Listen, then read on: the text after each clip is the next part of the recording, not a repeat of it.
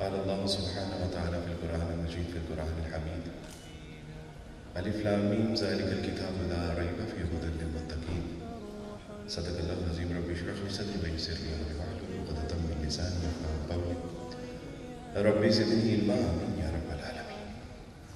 ہر طرح کی تعریف اللہ سبحانہ و تعالیٰ کے لیے ہے جو رب ہے تمام جہانوں کا، اور جس کے اختیار میں ہم سب کی جان ہے، اور بالآخر ہم سب کو اسی کی طرف لوٹ کر جانا ہے۔ کروڑوں درود و سلام نبی کریم صلی اللہ علیہ وسلم کی ذات اقدس کہ جنہوں نے بھٹکی ہوئی انسانیت کو ایک ایسا صراط مستقیم عطا کیا کہ جس پر چلنے کا انعام اللہ کے یہاں وسیع جنت ہے۔ معزز حاضرین کرام اور محترم اساتذہ کرام، سچی بات ہے کہ بڑوں کے سامنے لب کشائی ایک بڑی ہمت کی اور جرأت کی بات ہے، تو چونکہ ایک گواہی ہے جو مجھے آپ کے سامنے پیش کرنی ہے،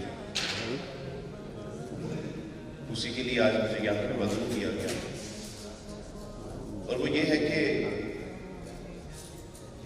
یہ قرآن اس کائنات کے لیے کتنی بڑی نعمت ہے کہ جس کو آج ہم نے فراموش کر رکھا ہے، اور جو مسائل اور آگ، اگر میں یہ کہوں کہ یہ اس قرآن کو ترک کرنے کے سبب سے ہم ذلت اور رسوائی کا مسکن بنے ہوئے ہیں تو اس میں کوئی بعید نہیں ہے۔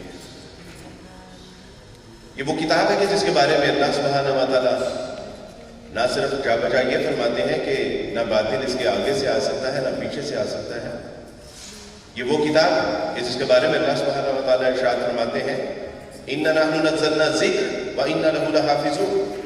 یہ کتاب کو کوئی بدل نہیں سکتا، یعنی اس کے جو اعزاز اور اس کے دیگر معاملات جو ہیں وہ تو اپنی جگہ پہ ہیں، مقام و مرتبہ، رفعت، بلندیاں اس کی اپنی جگہ پہ ہیں، لیکن اس کا ایک اعزاز اس کا اعجاز یہ ہے کہ اس کو کوئی بدل نہیں سکتا، لیکن دوسرا اعجاز کو جو حاصل ہے وہ یہ ہے کہ یہ میرے اور میرے جیسے لاکھوں کروڑوں انسانوں کو بدلنے کے اوپر قادر ہے۔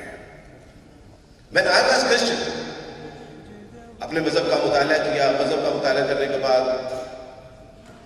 یہودی مذہب کا مطالعہ کیا، ہندو مت کا مطالعہ کیا، کیونکہ ایک طبیعت میں اضطراب تھا، ایک الہ کی تلاش تھی، جنت کا متلاشی تھا، صراط مستقیم حاصل کرنا چاہتا تھا، لیکن راحت جاں اور تسکین قلب میسر نہیں آ رہی تھی۔ کہیں تثلیث تھا، کہیں ابن اللہ کا عقیدہ تھا، کہیں کفارہ تھا، اور کہیں دیگر۔ ہندو مت کو دیکھا تو 33 کروڑ خداؤں کا تصور ہے، اور 84 کروڑ وہ ہے جو ان کے اوتار ہیں۔ کہیں بتوں کی عبادت ہے، کہیں انسانوں کی عبادت کر رہے ہیں، لیکن اللہ سبحانہ و تعالیٰ کی توفیق سے اللہ نے ایک ایسی کتاب کو پڑھنے کی توفیق عطا فرمائی کہ جس کو قرآن کہتے ہیں۔ میں نے قرآن کو پڑھنے سے پہلے ایک بار سوچا تو صحیح کہ اگر دیگر مذاہب تبدیل ہو سکتے ہیں، ان کی تعلیمات تبدیل ہو سکتی ہیں، ان کی کتابیں تبدیل ہو سکتی ہیں، تو وائی ناٹ قرآن؟ لیکن پھر قرآن نے کہا کہ الف لام میم ذالک الکتاب لا ریب فیہ ھدی للمتقین۔ الف لام میم یہ وہ کتاب ہے کہ جس میں شک و شبہ نہیں، اس میں شک و شبہ کا شائبہ بھی نہیں ہو سکتا۔ اور مزید یہ اِنَّا نَحْنُ نَزَّلْنَا الذِّکْرَ، بے شک اس قرآن کو ہم نے نازل کیا ہے اور ہم خود ہی اس کی حفاظت کرنے والے ہیں۔ اللہ اکبر۔ کیسا قرآن ہو کہ جو روشنی اور ہدایت کا راستہ دکھاتا ہے اور وہ خود بھٹک رہی ہے، تو اس کا مطلب ہے کہ ہم نے قرآن کے مقام و مرتبے کو بھی سمجھا ہی، ہم نے قرآن کی وہ بلندی، وہ رفعت، وہ اس کی عظمت کو سمجھا ہی نہیں۔ یہی سبب ہے کہ آج ذلت اور رسوائی ہمارا مسکن بنی ہوئی۔ اقبال کہتے ہیں کہ وہ زمانے میں معزز تھے مسلمان ہو کر، اور تم خوار ہوئے تارک قرآن۔ ہم نے اللہ کی نعمت کو نظر انداز کر دیا، پس پش ڈال دیا، وہ قرآن کہ جس کے بارے میں رسول اللہ صلی اللہ علیہ وسلم نے ارشاد فرمایا تھا، دیکھو قرآن کو اپنے سینوں کی ڈال بنانا، اپنے سر کا تکیہ نہ بنانا۔ آج ہم نے اسی قرآن پس پش ڈال دیا۔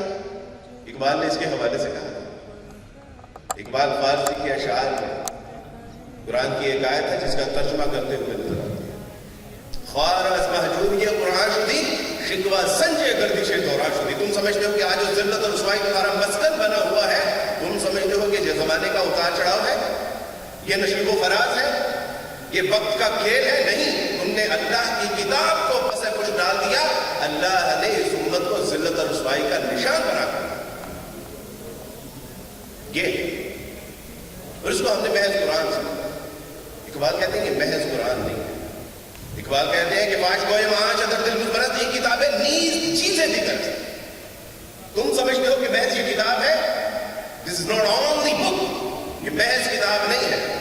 مثل حق ہم حق پیداست نہیں، زندہ ہو پائندہ ہو گویا، یہ تو ذاتی باری تعالیٰ کی تجلی کی مانند ہے کہ موسیٰ علیہ السلام نے کیا کہا، اللہ سبحانہ و تعالیٰ I want to see him، دیکھنا چاہتا ہوں۔ اللہ سبحانہ و تعالیٰ نے غصہ آپ نہیں دے سکتے۔ انتران کہا کہ اللہ سبحانہ و تعالیٰ نے فرمایا کہ دیکھو میں ایک پہاڑ پہ اپنی تجلی ڈالتا ہوں، اگر تم پہاڑ میری تجلی کو برداشت کر تو پھر تم بھی دیکھ لو گے۔ اور کیا ہوا؟ پہاڑ دبا پھٹا ریزہ ریزہ ہو گیا۔ اقبال کے پیش نظر تھی یہ آیت۔ اقبال کہتے ہیں کہ یہ تو مثل باری تعالیٰ کی تجلی کی مانند ہے۔ لو انزلنا هذا القرآن على جبل لرأيته خاشعا متصدعا من خشیۃ اللہ، یہ تو ایسی کتاب ہے کہ کسی پہاڑ پہ نازل کی جاتی تو پھٹتا دبتا ریزہ ریزہ ہو جاتا۔ تلک الامثال نضربها للناس، یہ مثالیں ہیں جو لوگوں کے لیے ہم بیان کرتے ہیں۔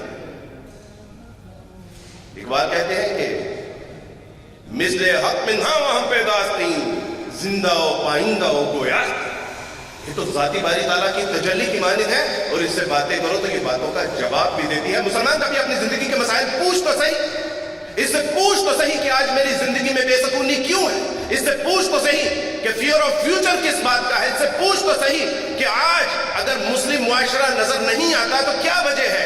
آپ باہر چلے جائیے، نہ کوئی داڑھی والا نظر آتا ہے، نہ کوئی ٹوپی والا نظر آتا ہے. کاروبار میں دیکھ لیں تو کاروبار میں دین زندہ نہیں ہے، سنت کا احیاء نہیں ہے، ہر طرف بے حیائی ہے، عریانی ہے، جھوٹ گسوٹ ہے، ہر طرف بیرا روی کا شکار ہے. اس کا مطلب ہے کہ ہم نے اس قرآن کو ہدایت سمجھا ہی نہیں. میں نے اپنے ابا سے کہا کہ ابا اسلام قبول کر لیجیے. ابا اسلام ایک صحیح سچا دین ہے. This is the true religion of Lord. ابا آخرت کی کامیابی اور کامرانی مقدر آ جائے گی. ابا میں ساری دنیا سے بھی جھوٹ بولتا تو ابا آپ تو دنیا میں آنے کا میرا ذریعہ تھے. بچپن مجھے کھلایا پلایا، اپنی ہڈیوں کا گودا میری ہڈیوں میں بھر دیا، اپنی جوانی میری جوانی پہ انویسٹ کر دی، مجھے جوان کر دیا، خود بوڑھے ہو گئے. ابا میں آپ سے کبھی نہ جھوٹ بولتا. وہی الفاظ جو میرے رسول نے اپنی امت سے، اپنے صحاب سے کہا. میں ابا سے کہا، ابا نے کہا کہ کس وجہ سے تمہارا دل؟ میں نے کہا کہ ابا اسلام میں جھوٹ بولنا ناپسند، حرام. اسلام میں اللہ سبحانہ و تعالیٰ ایک خدا کو ماننے کی تعلیم دیتے ہیں. اسلام میں ملاوٹ نہیں ہے، دھوکہ نہیں ہے، جھوٹ نہیں ہے، فراغ نہیں ہے. ابا کہتے کہ دیکھو تم کہتے ہو کہ ملاوٹ نہیں ہوتی، تو کیا تیرے مسلمان بورے کو رنگ کر کے پتی نہیں بناتے، سبز مرچیں نہیں بناتے؟ تم کہتے ہو کہ گانا بجانا، فلمیں، ڈرامے سب غلط اور ناجائز ہے. کیا یہ 3 گھنٹے کی فلم 20 روپے کی چائے کے کپ پلانے کے لیے 3 گھنٹے کی ننگی اور گندی فلمیں دکھاتے ہیں؟ کیا یہ گانا بجانے والے، گانا سنانے والے، گانا چلانے والے، فلمیں بنانے والے they are not Muslim؟ سب مسلمان. تو میرے ابا مجھے کہتے ہیں کہ بیٹا ایسے کرو کہ پہلے اپنے معاشرے کو مسلمان کر لو، ہم سب کو پھر مسلمان کر لو. رمضان کا آخری عشرہ تھا، جامعہ اشرفیہ میں بیان کے لیے جا رہا تھا. اطلاع ملی کہ عبدالوارث ہمارے ابا اس دنیا سے رخصت ہو. یہ معاشرہ حشر والے دن یہ معاشرہ ہوگا اور میرے ابا کا ہاتھ ہوگا اور ہمارا گریبان ہوگا. میرے ابا کہیں گے کہ اللہ سبحانہ و تعالیٰ میں تو ناخواندہ تھا، لیکن جو مسلمان تھے میں نے تو ان کا سیرت و کردار دیکھا. میرے دوستوں بھائی وہ نعمت، وہ جو قرآن کی نعمت اللہ سبحانہ و تعالیٰ نے ہمیں عطا فرمائی ہے، اس نعمت کو جب تک ہم پڑھیں گے نہیں، سمجھیں گے نہیں، اپنے معاشرے میں اس کا امپلیمنٹیشن نہیں ہوگا. میرے دوستوں بھائیوں بزرگوں، ایک عبدالوارث کا ابا تو چلا گیا اس دنیا سے، جو باقی 90 لاکھ لوگ ہیں ان کے ابا کو تو ہم بچا سکتے ہیں. اللہ کا واسطہ ہے کہ اس قرآن کو بطور نعمت سمجھے. اس کے جو حقوق کہ اللہ کا کلام، اس کو پڑھنا، اس کو سمجھنا، اس کے مطابق زندگیاں بسر کرنا اور اس کو آگے پہنچانا. ابھی پوری دنیا میں آپ کو پتہ چلے گا کہ پوری دنیا میں جو سب سے بڑی بیماری پائی جاتی ہے ٹینشن، انزائٹی، ڈپریشن اور ٹینشن. لوگ اجتماعی طور پہ سکسیسفل کنٹریز میں، جاپان میں، امریکہ میں، یو کے میں، پورے یورپ میں اجتماعی خودکشیوں کے لیے اسپاٹس بنائے رکھے ہیں. کیوں؟ وہ ٹینشن ڈپریشن میں ہے اور اس کی دوا جو پوری دنیا میں دوا بھی ہے اسی کی ہے، ٹینشن، انزائٹی، ڈپریشن.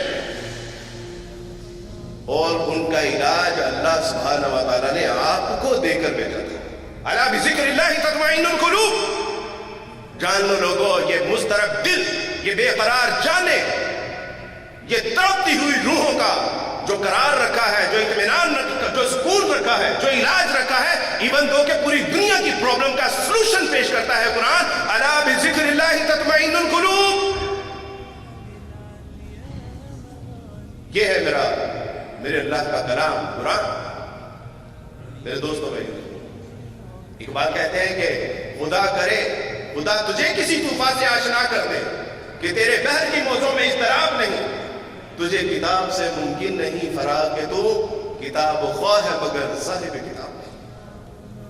اللہ سے دعا کیجیے کہ اللہ سبحانہ و تعالیٰ ہمیں صاحب کتاب لوگوں میں ہمارا شمار فرمائے. میرے دوستوں بھائی،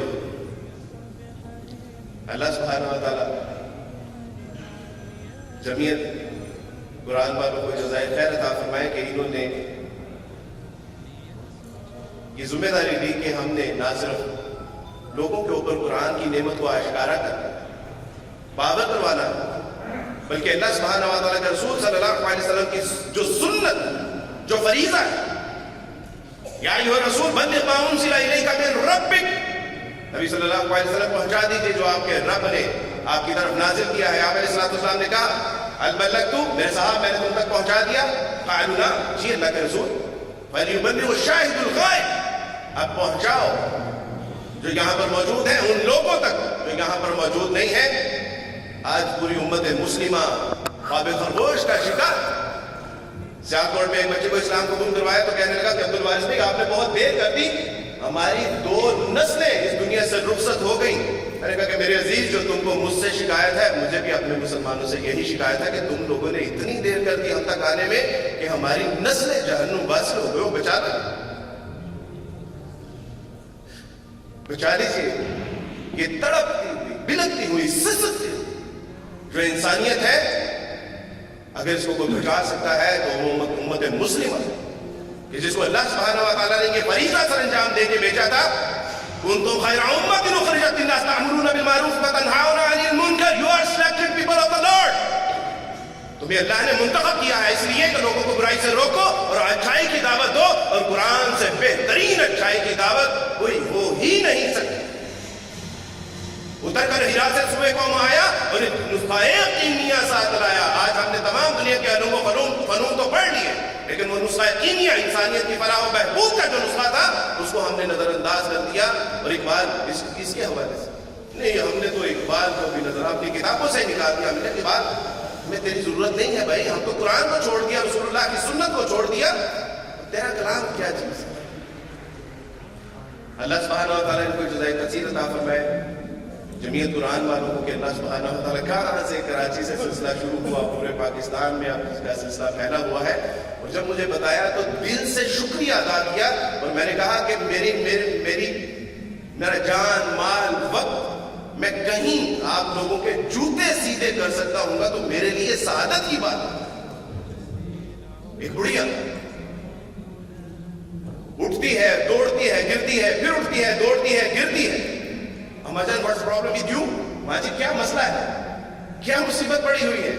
کہا کہ بیٹا مصر میں یوسف کی جو ہے وہ بولی لگنے والی ہے. کہا کہ ماں جی بادشاہ یوسف کو خریدنے کے لیے اپنے خزانوں کا تخمینہ لگا رہے ہیں، اور آپ کے پاس کیا ہے؟ کہا کہ میرے پاس اٹی ہے جو ساری رات کاٹ کے آئی ہے. کہا کہ اماں کیا بات کرتی؟ کہا کہ بیٹا مجھے پتا ہے کہ میں یوسف کو خرید نہیں سکتی، بس میں چاہتی ہوں کہ حشر والے دن جب یوسف کے خریداروں کے حوالے سے آواز لگے کہ تمام میرے یوسف کو خریدنے والے دائیں طرف آ جائے تو ان لوگوں میں میرا شمار ہو جائے. بس اسی نیت سے میں نے کہا کہ میں جمعیت قرآن کی کسی خدمت میں آپ کے کام آ سکوں. حشر والے دن میں کہہ سکوں کہ اللہ سبحانہ و تعالیٰ جی جو ایک قرآنی معاشرہ مارز وجود پہ لانا چاہتے تھے، جو ایک صحابہ کرام کے دور کو زندہ کرنا چاہتے تھے، میرے رسول کی سنت کو زندہ کرنا چاہتے تھے، اللہ سبحانہ و تعالیٰ جو ان کے لیے میں نے کچھ وقت دیا. اور سچی بات ہے کہ یہ ہم سے پیسے مانگے، یہ ہم سے وسائل کا تقاضا کرے، ہمارے لیے شرم کی بات ہے. ہم خود ان کے پاس چل کے کیوں نہ جائیں؟ وہ ایک قرآنی معاشرے کی بات کرتے ہیں، اللہ کے قرآن کی بات کو زندہ کرنے کی بات کرتے ہیں. وہ حالات پیدا کرنا چاہتے ہو کہ جو رسول اللہ صلی اللہ علیہ وسلم کے زمانے میں، آپ صلی اللہ علیہ وسلم کے صحابہ کرام رضوان اللہ اجمعین کے زمانے میں تھے، وہ تم اس کی کوشش کر رہے ہو ہماری جان مال اہل و عیال ہر چیز کو. میرے دوستو بھائیو بزرگوں، یہ سعادت کی بات کہ اللہ سبحانہ وتعالیٰ ہمیں اپنے قرآن کی نشر و اشاعت کے لیے قبول فرمائے. اللہ سبحانہ وتعالیٰ ہمیں اس میں اپنا بڑھ چڑھ کے بھرپور کردار ادا کرنے کی توفیق عطا فرمائے. اور میرے لیے سعادت کی بات ہے کہ ہمارے نیو مسلم بہن بھائیوں کے لیے، بچوں کے لیے، بڑوں کے لیے ان کی طرف سے جو پیشکش ہے، کہا کہ عبدالوارث بھی آپ کے بچے گھر پہ ہوں، اسکول ہوں، آنا چاہیں جانا چاہیں، ہمارے اساتذہ کرام آنا چاہیں جانا چاہیں، عبدالوارث بھائی جہاں آپ کا نیو مسلم، جیسے آپ کا نیو مسلم پڑھنا چاہے گا ہمارے اساتذہ کرام ویسے پڑھوائے، صدقے جائے آپ. اللہ سبحانہ و تعالیٰ آپ لوگوں کو جزائے کثیر عطا فرمائے اور آپ کے کام میں بہت برکتیں عطا فرمائے. اور اللہ سبحانہ و تعالیٰ سے دعا ہے کہ اللہ سبحانہ و تعالیٰ اسی طرح حشر والے جنت الفردوس میں رسول اللہ کا حلقہ ہو اور اسی طرح اس حلقے میں ہم سارے اکٹھے بیٹھے ہوں. اللہ سبحانہ و تعالیٰ سے دعا ہے کہ اللہ بات کو سمجھ کے اس پہ عمل کرنے کی توفیق عطا فرمائے. وآخر دعوانا ان الحمدللہ رب العالمین.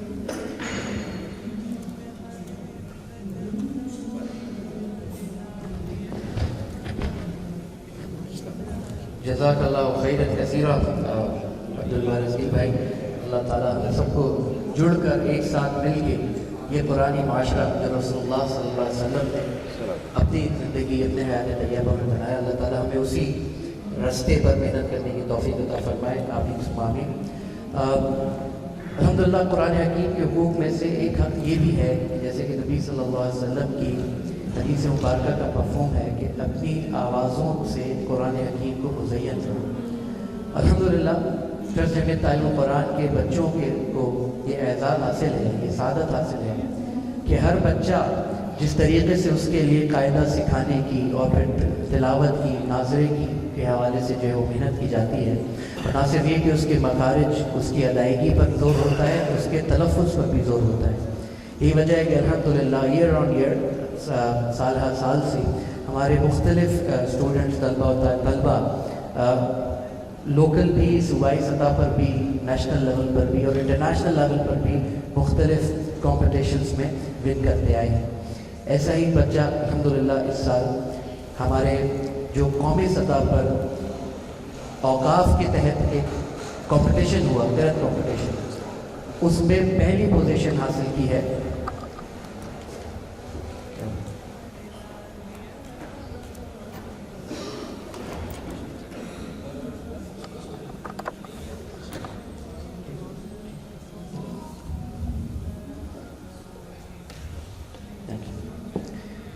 محمد مدثر بستی بیٹ واہی کے ایک مکتب کا طالب علم، قاعدہ ناظرہ حفظ ہمارے یہاں پڑھا، اور محکمہ اوقاف اسلام آباد میں ایک قرأت کمپٹیشن ہوا جس میں قومی سطح پر، نیشنل لیول پر اس نے، ہمارے اس بچے نے جو ہے وہ فرسٹ پوزیشن حاصل کی ہے۔ میں دعوت دوں گا محمد مدثر کو کہ وہ آئے اور آ کے تلاوت قرآن، چند آیات قرآن حکیم کی ہمارے سامنے پڑھیں۔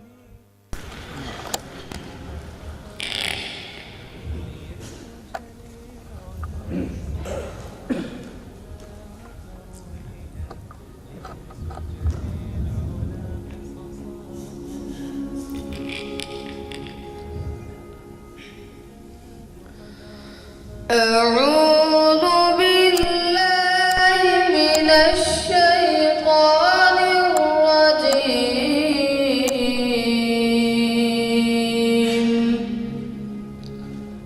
بسم الله الرحمن الرحيم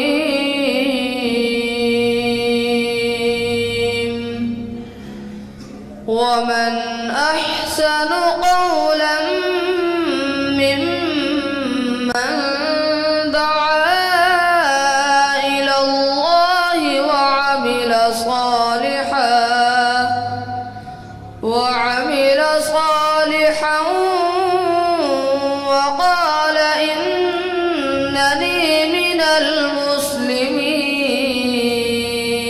المسلمين ولا تستوي الحسنة ولا السيئة ادفع بالتي هي أحسن فإذا الذي بينك وبينه عداوة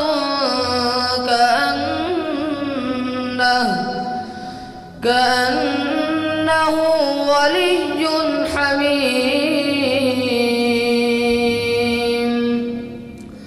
وما يلقاها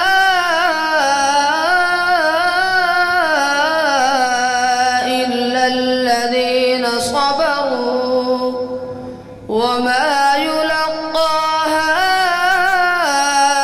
إلا ذو حظ عظيم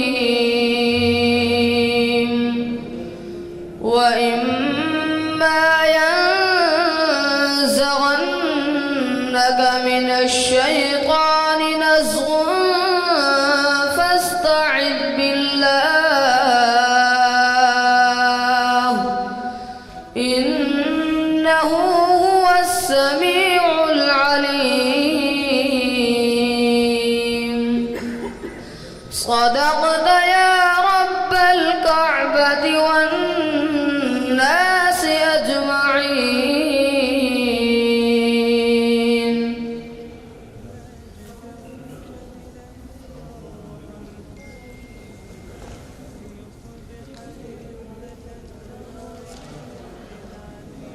ترجمہ اس شخص سے بہتر بات کس کی ہوگی جو اللہ تعالیٰ کی طرف دعوت دے اور نیک عمل کرے، اور یہ ہے کہ میں فرما برداروں میں سے ہوں، فرما بردار میں شامل ہوں، اور نیکی اور بدی برابر نہیں ہے۔ ہوتی تم بدی کی دفاع ایسے طریقے سے کرو جو بہترین ہو، نتیجہ یہ ہوگا کہ جس کے اور تمہارے درمیان دشمنی تھی وہ دیکھتے ہی دیکھتے ایسا ہو جائے گا جیسے وہ تمہارا جگری دوست ہو، اور یہ بات صرف انہیں کو عطا ہوتی ہے جو صبر سے کام لیتے ہیں، اور یہ بات اسی کو عطا ہوتی ہے جو بڑے نصیب والا ہو۔ اور اگر تمہیں شیطان کی طرف سے کبھی کوئی وسوسہ لگے تو شیطان مردود سے اللہ تعالیٰ کی پناہ مانگ لیا کرو، بے شک وہ ہر بات سننے والا اور ہر بات جاننے والا ہے۔ وآخر دعوانا ان الحمد للہ رب العالمین۔ الحمدللہ اس کی جو انہوں نے فرسٹ پوزیشن حاصل کی ہے تو ان کی حوصلہ افزائی کے لیے ٹرسٹی حضرات نے جو ہے وہ سرٹیفکیٹ اور ایک چھوٹے سے پرائز منی کا بھی جو ہے وہ الحمدللہ اہتمام کیا ہے۔ میں گزارش کروں گا انوار خان صاحب سے کہ کرو آگے اپنے ہاتھ سے اس کو یہ پرائز منی۔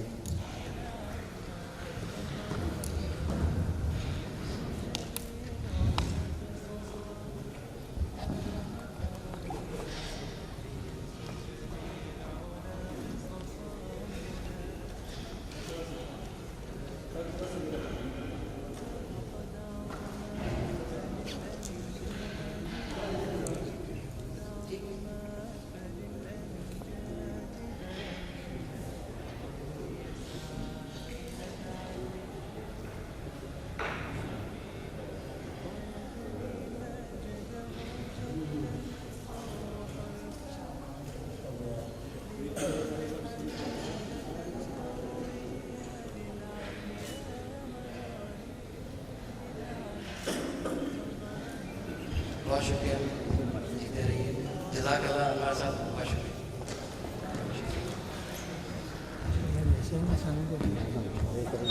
ابھی عبدالوارث گل بھائی جو بھی باتیں ہمارے سامنے پیش کر رہے تھے،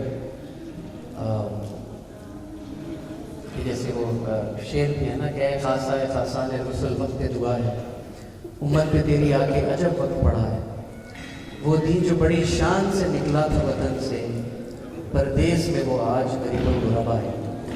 اس کی وجوہات کے حوالے سے بہت ساری باتیں عبدالوارث گل بھائی نے باتیں کی، لیکن اس مسئلے کا حل ہمارے پاس موجود ہے الحمدللہ، ہمارے سے مراد امت مسلمہ کے پاس اس کا حل موجود ہے۔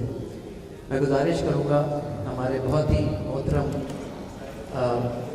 حضرت مولانا یوسف خان صاحب سے کہ وہ تشریف لائیں اور اس حوالے سے جس کا حل ہے وہ ہمارے سامنے اس پر روشنی ڈالیں۔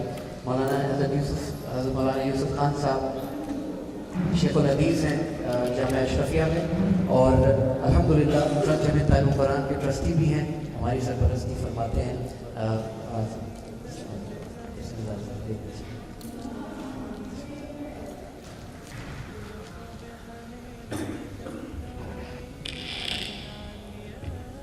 السلام علیکم ورحمۃ اللہ وبرکاتہ۔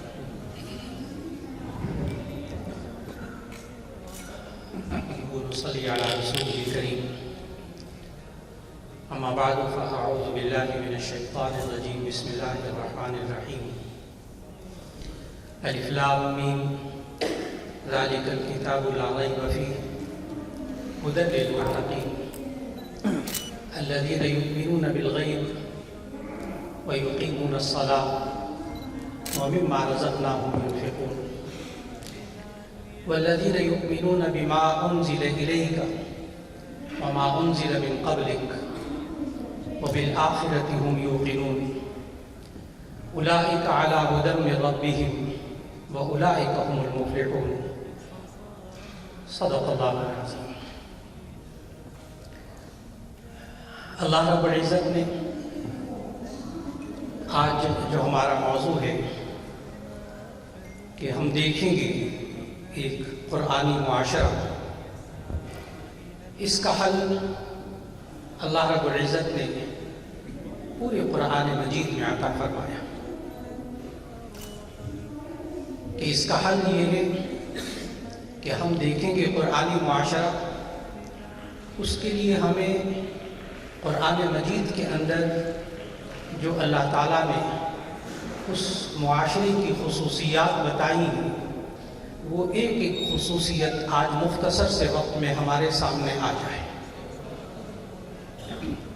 سب سے پہلے یہ ذہن میں رکھنا چاہیے کہ اللہ نے ہمیں ایک معاشرتی انسان بنایا ہے۔ کوئی انسان یہ کہے کہ میں کٹ کر اکیلا زندگی گزار لوں گا، اس معاشرے سے الگ ہو کر زندگی گزار لوں گا، مجھے کسی کے تعاون کی ضرورت نہیں ہے، یہ انسان ایک نوالا، تو یہ انسان ایک نوالا بھی روٹی کا نہیں کھا سکے گا۔ سینکڑوں انسان اس کے ساتھ معاشرے میں رہ کر تعاون کرتے ہیں، تب کہیں جا کر ایک نوالا یہ کھاتا ہے روٹی کا، ورنہ تو یہ اگر الگ خود کرے گا سب کچھ تو پہلے گندم بیجے گا، ہل چلائے گا، وہ ہل بھی خود اس نے بنانا ہوگا کیونکہ اس میں تعاون اس کو کسی کا نہیں چاہیے، وہ خود ہی بیجے گا، خود ہی پیسے گا، پیسنے کے لیے بھی مشین چکی خود ہی بنائے گا، خود ہی گوندے گا، خود ہی آٹا۔ ناممکنات میں سے ہے کہ یہ اکیلا زندگی گزارے معاشرے کے بغیر۔ زندگی تو اس نے معاشرے ہی میں گزارنی ہے، لیکن وہ قرآنی معاشرہ کیسا ہوتا ہے کہ جس کو اللہ نے قرآن مجید میں بیان کیا۔ آج کی اس مختصر سی نشست میں، مختصر سے وقت میں قرآن مجید کے وہ 21 نکات سامنے رکھنا مقصود ہے کہ اگر وہ 21 نکات ہمارے سامنے معاشرے کے اندر افراد میں آ جائیں تو ایسی صورت کے اندر ہم کہہ سکیں گے کہ آپ دیکھ رہے ہیں اسلامی معاشرہ۔ ابھی تو عنوان ہے آج کی نشست کا، ہم دیکھیں گے قرآنی معاشرہ۔ معاشرہ در و دیوار کا نام نہیں ہے، معاشرہ گھروں کا نام، سواریوں کا نام نہیں ہے، فیکٹریوں کا نام، اداروں کا نام، دفتروں کا نام نہیں ہے، معاشرہ افراد کا نام ہے۔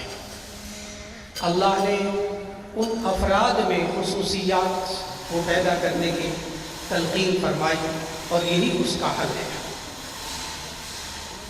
نمبر 1 خصوصیت قرآنی معاشرے کی کہ وہ قرآنی معاشرہ عقیدہ توحید پر قائم ہوتا ہے،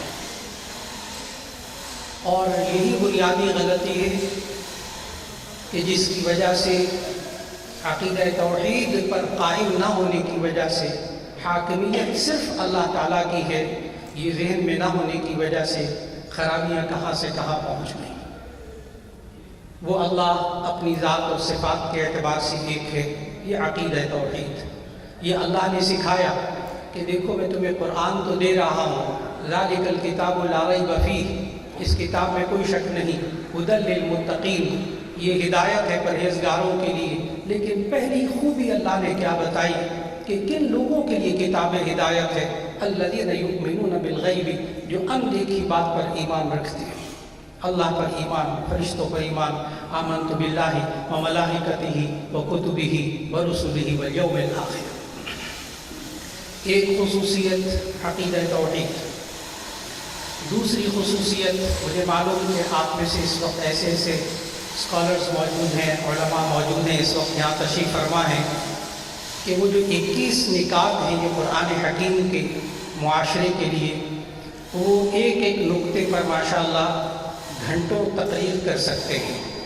اس لیے آج بڑا اجمالی طور پر وہ حل پیش کرنے جا رہا ہوں۔ نمبر 1 عقیدہ توحید پر وہ معاشرہ قائم۔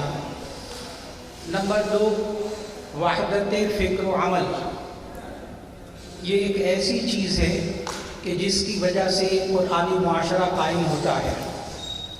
وَاعْتَصِمُوا بِحَبْلِ اللَّهِ جَمِيعًا وَلَا تَفَرَّقُوا وَاذْكُرُوا إِذْ كُنْتُمْ أَعْدَاءً فَأَلَّفَ بَيْنَ قُلُوبِكُمْ فَأَصْبَحْتُمْ بِنِعْمَتِهِ إِخْوَانًا۔ یہ ہے وہ دوسری چیز، وحدت فکر و عمل۔ اور اس کا مرکز کیا ہوگا وحدت کا؟ وہ حبل اللہ، اللہ کی رسی اور اس کی تفسیر آپ کے ذہنوں میں موجود ہے، قرآن مجید۔ حبل اللہ واعتصموا بحبل اللہ جمیعا، اللہ کی رسی کو مضبوطی سے تھامے رکھو۔ تو ایسی صورت میں دوسری خوبی قرآنی معاشرے کی وحدت فکر و عمل، اگر یہ ہوگی تو وہ قرآنی معاشرہ ہوگا، اور اگر یہ نہیں ہوگی تو ایسی صورت میں قرآنی معاشرہ نہیں ہوگا۔ نمبر 2 وحدت فکر و عمل۔ نمبر 3 مساوات۔ مساوات کا ہرگز یہ مطلب نہیں جو کمیونزم سوشلزم کے اندر موجود سوشلزم یا کمیونزم کہ سب کے حقوق برابر ہوں، سب کی تنخواہیں برابر ہوں، سب کا گھر برابر ہو، سب کی سیلری برابر ہو، سب کے پاس پیسے برابر ہو، کر کے دیکھ لیا دنیا نے، ناکام ہوا۔ مساوات کیا چیز جو قرآن نے سکھائی، وَآتُوا حَقَّهُ يَوْمَ حَصَادِهِ وَآتِ ذَا الْقُرْبَى حَقَّهُ، کہ آپ جس کا جو حق ہے وہ اس کو ادا کر دیں، یہ مساوات ہے۔ جس کا جو حق ہے اس کو ادا کر دیں، جس کا جو مرتبہ ہے، جس کی جو ایجوکیشن ہے، جس کا جو مقام ہے، جو جس چیز کی اہلیت رکھتا ہے، آپ اس کو اس کا مقام دے دیں، اس کا حق دے دیں، یہ مساوات ہے۔ یہ قرآنی معاشرہ جو نبی صلی اللہ علیہ وسلم نے قائم کیا۔ چوتھی خوبی قرآنی معاشرے کی جو آپ دیکھیں گے وہ ہے عدل و انصاف۔ عدل و انصاف، اعدلوا هو اقرب للتقوی، تم انصاف کرو، یہ تقوی کے زیادہ قریب ہے۔ لا یجرمنکم شنآن قوم علی الا تعدلوا، کسی قوم کی دشمنی تمہیں اس چیز میں مبتلا نہ کر دے کہ تم انصاف سے ہاتھ دھو بیٹھو۔ انصاف کرتے رہنا۔ جس معاشرے میں انصاف نہیں ہوگا وہ معاشرہ قرآنی معاشرہ نہیں ہوگا۔ پانچویں خصوصیت رواداری، تحمل، برداشت، صبر، قرآن نے سکھایا۔ ان اللہ مع الصابرین، اللہ نے بڑی گارنٹی دی کہ دیکھو دوسرے کی بات کو برداشت کرو گے، دوسرا تکلیف پہنچائے اس کو معاف کر دو گے، عفو درگزر سے کام لو گے۔ تو ان اللہ مع الصابرین، اللہ تمہارے ساتھ ہوگا، اللہ صبر کرنے والوں کے ساتھ ہوگا۔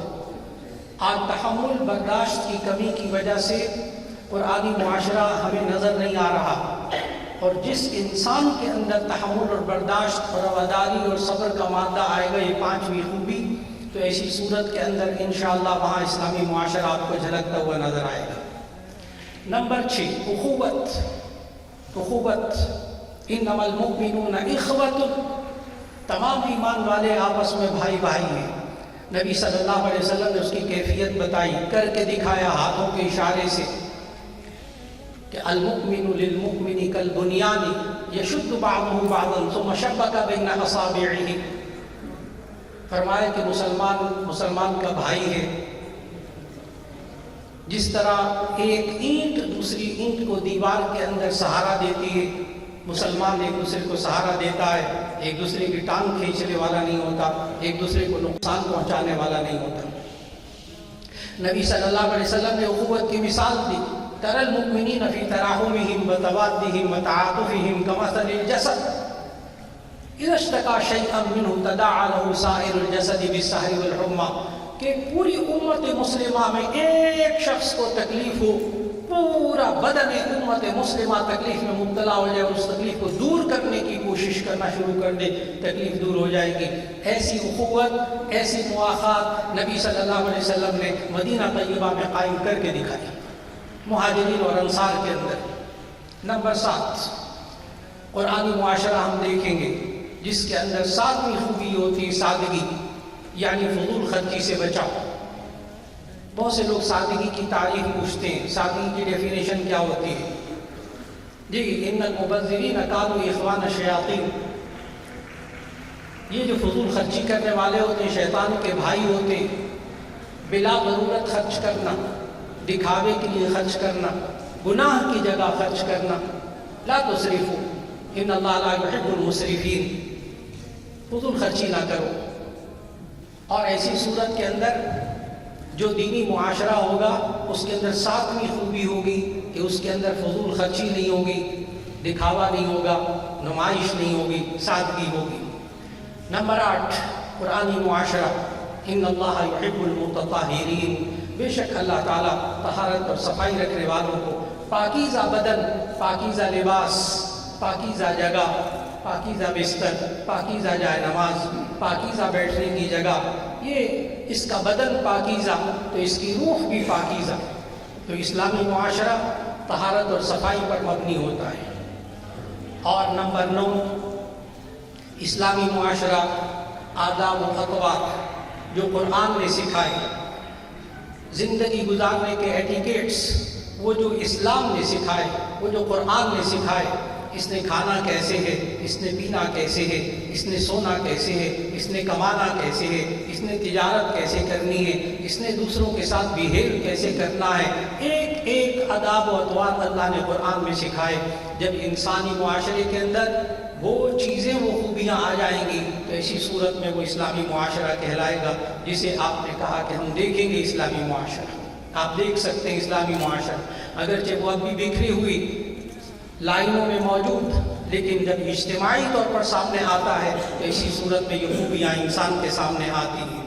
نمبر 10 بیکار مشاغل سے اجتناب، بے مقصد کاموں کے پیچھے نہ پڑنا، لغو کاموں کے پیچھے نہ پڑنا، لغو باتیں نہ کرنا، بے مقصد باتیں نہ کرنا، بے مقصد زندگی نہ گزارنا، بے مقصد وقت نہ ضائع گزارنا۔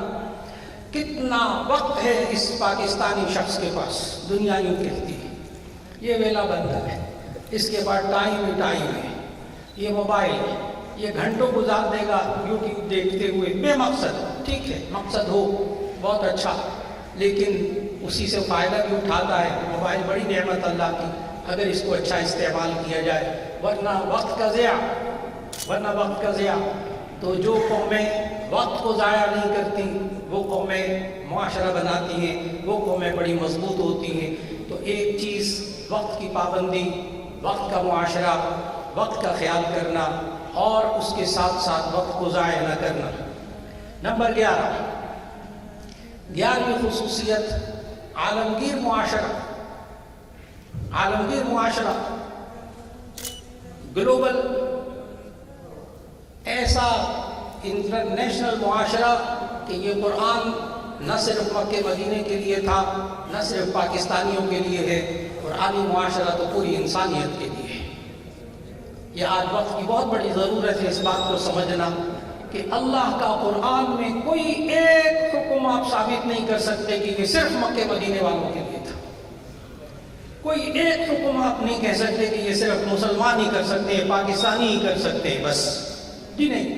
قرآن ایک عالمگیر معاشرہ، اور نبی صلی اللہ علیہ وسلم کو اللہ تعالیٰ نے تمام عالمین کے لیے وما ارسلناک الا رحمۃ للعالمین وما ارسلناک الا کافۃ للناس بشیرا ونذیرا، پوری انسانیت کے لیے بشیر اور نذیر بنا کر بھیجا، انسانیت کے لیے۔ اس لیے عالمگیر معاشرہ وہ قرآنی معاشرہ ہوتا ہے۔ نمبر 12 امر بالمعروف نہی عن المنکر، جس معاشرے میں ہوتی وہ اسلامی معاشرہ ہے۔ جس معاشرے کے اندر نیکی کا حکم دیا جاتا ہو، برائی سے روکا جاتا ہو، وہ معاشرہ آپ کو قرآنی معاشرہ نظر آئے گا۔ نمبر 13 دولت کی منصفانہ تقسیم، دولت کی منصفانہ تقسیم، یہ اللہ نے ہمیں کہیں قرآن میں نہیں سکھایا سب کے پاس پیسے برابر ہوں۔ اللہ نے قرآن میں سکھایا ان اللہ یبسط الرزق لمن یشاء ویقدر، اللہ تعالیٰ جس کے لیے چاہتا ہے رزق کشادہ کرتا ہے، جس کے لیے چاہتا ہے تنگ کر دیتا ہے، لیکن تؤخذ من اغنیائہم وترد الی فقرائہم، پھر جو ان میں سے مالدار ہوں گے ان سے مال لے کر ان کے فقراء تک پہنچایا جائے گا۔ ایسی صورت کے اندر وہ اسلامی معاشرہ ہوگا۔ تو دولت کی منصفانہ تقسیم، وہاں غربت نہیں پائی جاتی اس معاشرے کے اندر جو قرآنی معاشرہ ہوتا ہے۔ وہی بات جو حضرت عمر رضی اللہ تعالیٰ عنہ نے اپنے دور کے اندر زکوٰۃ کا نظام اتنا طاقتور بنا دیا، حضرت ابوبکر صدیق رضی اللہ تعالیٰ نے اتنا جہاد کیا، اور اس کا پھل ہمیں دور فاروقی میں نظر آیا کہ 24 لاکھ مربع میل کے اندر زکوٰۃ لینے والا کوئی نہیں تھا، یعنی اس کو کھانا نہیں ملتا تھا، زکوٰۃ لینے والا، یعنی سارے صاحب نصاب ہو گئے تھے۔ آج کل صاحب نصاب ہوتا ہے جس کے پاس 52.5 تولہ چاندی ہو، یعنی تقریباً 1.5 لاکھ روپیہ اس کے پاس ضرورت سے زائد بچا ہو، آپ اس کو زکوٰۃ نہیں دے سکتے. تو یہ نہیں ہے کہ وہاں کوئی بھوکا نہیں تھا، وہاں اس کو روٹی نہیں ملتی تھی، ایسا بندہ کوئی نہیں تھا. جی صرف کھانا پینا نہیں، ضرورت سے زائد ہر ایک کے پاس 1.5 لاکھ روپیہ اس دور کا موجود تھا کہ وہ زکوٰۃ لینے والا کوئی نہ رہا. نمبر 14، اسلامی معاشرہ وہ ہوتا ہے جس میں حقوق کی پاسداری ہوتی ہے، جس میں دوسرے کے حقوق کا خیال رکھا جاتا ہے. ایک بچہ اپنے باپ کے حقوق کا خیال رکھتا ہے، باپ اپنے بچوں کا حقوق کے خیال، ایک میاں بیوی ایک دوسرے کے حقوق کا خیال رکھتے ہیں. معاشرے میں مسافر ہیں تو اپنے ساتھ سفر کرنے والے کا، آپ بیٹھے ہوئے ایک مجلس میں اپنے ساتھیوں کے حقوق کا خیال رکھتے ہیں، میری وجہ سے اس کو تکلیف نہ پہنچے. حقوق کا خیال رکھنے کے لیے بنیادی طور پر 3 اصول اللہ اور اس کے رسول صلی اللہ علیہ وسلم نے سمجھائے. دیکھو، کل المسلم علی المسلم حرام دمہ و مالہ و عرضہ، ہر مسلمان کا دوسرے مسلمان پر حرام ہے، اس کا خون، اس کی جان، یعنی اس کا مال اور اس کی عزت و آبرو. آج معاشرے کے اندر جان، مال اور عزت و آبرو کا احترام نہ کرنے کی وجہ سے معاشرے کے اندر قرآنی معاشرہ نظر نہیں آ رہا، ایک دکھ بھرا معاشرہ نظر آ رہا. نمبر 15، روحانیت اور مادیت کا بہترین امتزاج، یہ آپ کو قرآنی معاشرے میں نظر آتا ہے. جملہ بہت واضح کرنا چاہوں گا، روحانیت اور مادیت کا بہترین امتزاج آپ کو صرف قرآنی معاشرے میں نظر آئے گا کہ جس میں روحانیت بھی ہے، یعنی اس میں روحانی بیماریاں نہیں اس معاشرے کے اندر، اور مادیت بھی مکمل موجود ہے. ایک بہت بڑا مالدار شخص، ایک بہت بڑا دنیا دار شخص کیا ایک بہت بڑا نیک شخص بن سکتا ہے؟ تو اس کا جواب ہے کہ جی ہاں، قرآنی معاشرہ یہی ہوتا ہے. یہ دنیا دار اور دیندار کی تقسیم یہ اسلام کے اندر نہیں ہے.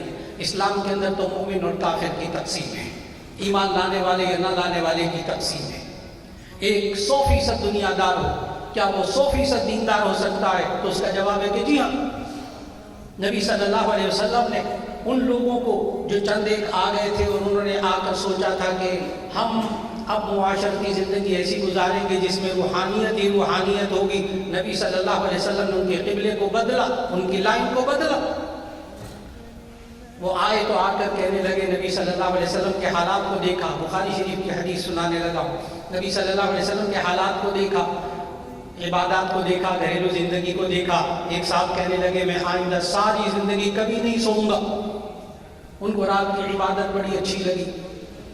دوسرے صاحب کہنے لگے میں ہمیشہ روزہ رکھوں گا، ان کو روزے کی عبادت بڑی اچھی لگی. تیسرے صحابی کہنے لگے میں کبھی زندگی میں شادی نہیں کروں گا، ساری زندگی عبادت میں گزاروں گا. نبی صلی اللہ علیہ وسلم کو جب تینوں کی بات پتہ چلی، فرمایا نہیں، تم مجھ سے نیکی میں آگے نہیں بڑھ سکتے، تم نیکی میں مجھ سے آگے نہیں بڑھ سکتے. ان لنفسک علیک حقا و ان لزوجک علیک حقا، تمہاری جان کا بھی تم پر حق ہے، تمہاری بیوی بچوں کا بھی تم پر حق ہے. یہ انسان معاشرتی زندگی بھی گزارے گا، یہ انسان کاروبار کی زندگی بھی گزارے گا، اور یہ انسان اپنی اللہ کی عبادت میں زندگی گزارے گا. یہ کاروبار بھی کرے گا تو اس کی عبادت بنتی چلی جائے گی. 15 خوبیاں ہو گئی. نمبر 16 خوبی تقوی. اسلامی معاشرے کے اندر تقوی، اللہ سے ڈر کر زندگی گزارنا، گناہوں سے بچ کر زندگی گزارنا. اسلامی معاشرہ گناہوں سے بچ کر زندگی گزارنا. نمبر 17 اعتدال پسندی، میانہ روی. اللہ نے سورہ لقمان کے اندر، لقمان علیہ السلام نے جب اپنی اولاد کی تربیت کی تو وہاں کہا وَاقْصِدْ فِي مَشْيِكَ وَاغْضُضْ مِنْ صَوْتِكَ، اے میرے پیارے بیٹے اپنی زندگی میں میانہ روی اختیار کر. انتہا پسندی کا کوئی ایک شائبہ بھی اسلام کے اندر نہیں ہے. انتہا پسندی کسی بھی چیز کی، عبادت کی، مال کی، کمانے کی، کھانے کی، پینے کی، ہر چیز کی انتہا پسندی کو اسلام نے مسترد کیا. اسلامی معاشرے کے اندر کھانے میں بھی اعتدال، پینے میں بھی اعتدال، سونے میں بھی اعتدال، بیوی بچوں کے اندر اعتدال، کمانے کے اندر اعتدال، کھیلنے کے اندر بھی اعتدال، باتیں کرنے کے اندر بھی اعتدال، مسکرانے کے اندر بھی اعتدال. زیادہ نہ ہنسا کرو دل مردہ ہو جائے گا. اور دیکھو بیویوں کے پاس جاؤ، گھروں میں جاؤ تو مسکراتے ہوئے جانا. اعتدال سکھایا. زندگی میں اعتدال کس چیز کا نام ہے. نمبر 18 روشن خیال معاشرہ. یہ قرآنی معاشرے کی بہترین خوبی. روشن خیال، براڈ مائنڈڈ، تنگ ذہن، بس مجھے مل جائے پیسہ، میری بات پوری ہو جائے، میری زندگی گزر جائے، دوسرا جہنم میں جاتا چلا جائے، مجھے دوسرے کی فکر نہیں ہے. مولانا میں نے اپنی قبر میں جانا ہے، کیا ضرورت ہے دوسروں کو دعوت دے جھک مارنے کی.